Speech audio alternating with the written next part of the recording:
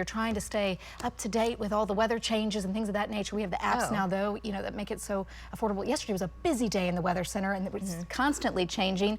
But I told my mom, I felt like I looked outside and I was inside of a snow globe. Yes. The big, puffy, beautiful snow. It was lovely. It definitely started out that way throughout much of the afternoon. We had those big, nice snowflakes, and a lot of it fell in more places than others, and a lot of it was melting, though, as soon as it hit the ground. It did. The ground temperatures are still warm. They're in the upper 30s and low 40s, and that really hasn't changed. That did not happen everywhere, though, but our storm trackers were all over it, finding some of the best areas with the best snow. We had Tom Pastrano, Val and Amy Castor, Marty Logan, Brandon Pennell, Hank and Patty Brown.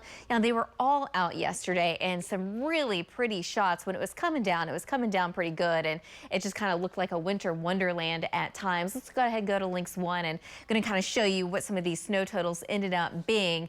Again, we ended up with a lot more in western Oklahoma. If we can go to Links 1, let's go to some of those snow totals. Are we having some issues out there? We go. Okay, so in Eric, we've got 7 inches, and Madge and Raiden, we ended up with 6 inches, and in Brooksville, Cheyenne, Hammond all ended up with 5 inches, but Oklahoma City, officially at the airport, 2.1, but I can guarantee you a whole lot more than 2.1 actually fell from the sky. It was just really hard to measure because as soon as it hit the ground, it would melt. But in Blanchard, we had quite a few inches out there. Yeah, you can see Newton, he was having a good time, and the Loves, they loved it. It was out, this is out in pink, and she was able to at least build a little snowman. She looks like she's got a lot more snow in her backyard, though, in Ivy.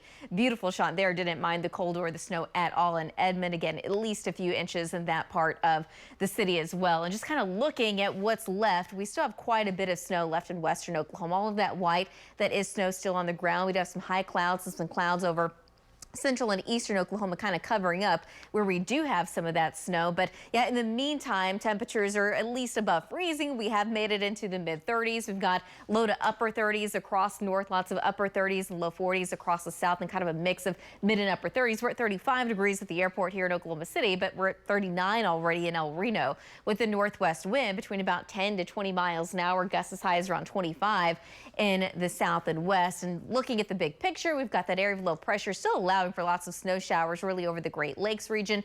This storm is going to continue to push off to the northeast, while in the meantime, things are going to be pretty quiet across Oklahoma here for the next few days. Things are looking a lot quieter, at least as we get into the weekend. But here's the thing. We've got some new data coming in, and we've been looking at this for the past few days now at least, and we're going to get into early next week. And right now, a lot of the data kind of disagreeing on exactly what happens and the timing especially. But here's a couple of scenarios that I'm looking at. Here's one. Now, some of the data is trying to bring in this next storm Monday into Tuesday.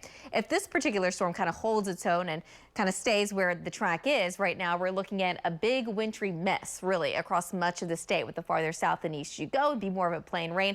The farther north and west you go, almost outside of Oklahoma, that's where we're looking at more of a snow event. But for now, it looks like a lot of sleet and possibly quite a bit of ice across really much of the state. But another different scenario that some of the other data is showing is that we see more of a rain event across much of the state, and then in parts of northern, northeastern Oklahoma, we do have a better chance of seeing more of a wintry mix and a little bit of snow. But one thing's for sure, a storm's going to come through sometime early to midweek of next week and at least bring some additional moisture. And that's the important part. We got quite a bit of moisture yesterday, but we could still use some more.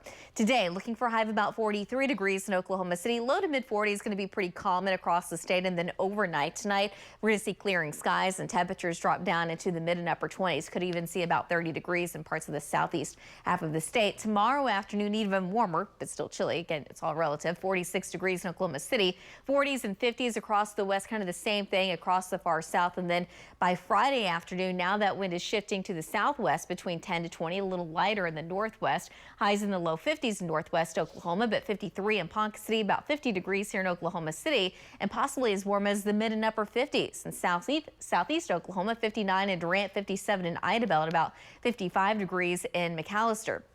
So again, over the next few days, things are going to be a lot quieter. We're obviously going to do a whole lot of melting by Saturday. Temperatures in the low 60s, but we have a really strong cold front moving in by Saturday night, and that's going to drop our temperatures easily a good 20 degrees in most locations. Looking for a high of about 40 degrees on Sunday. For now, it looks like I'm going to go ahead and keep that chance of at least a chance of a winter storm moving in Monday into Tuesday of next week, and then after that, it's going to be pretty cold for a while. We'll be right back.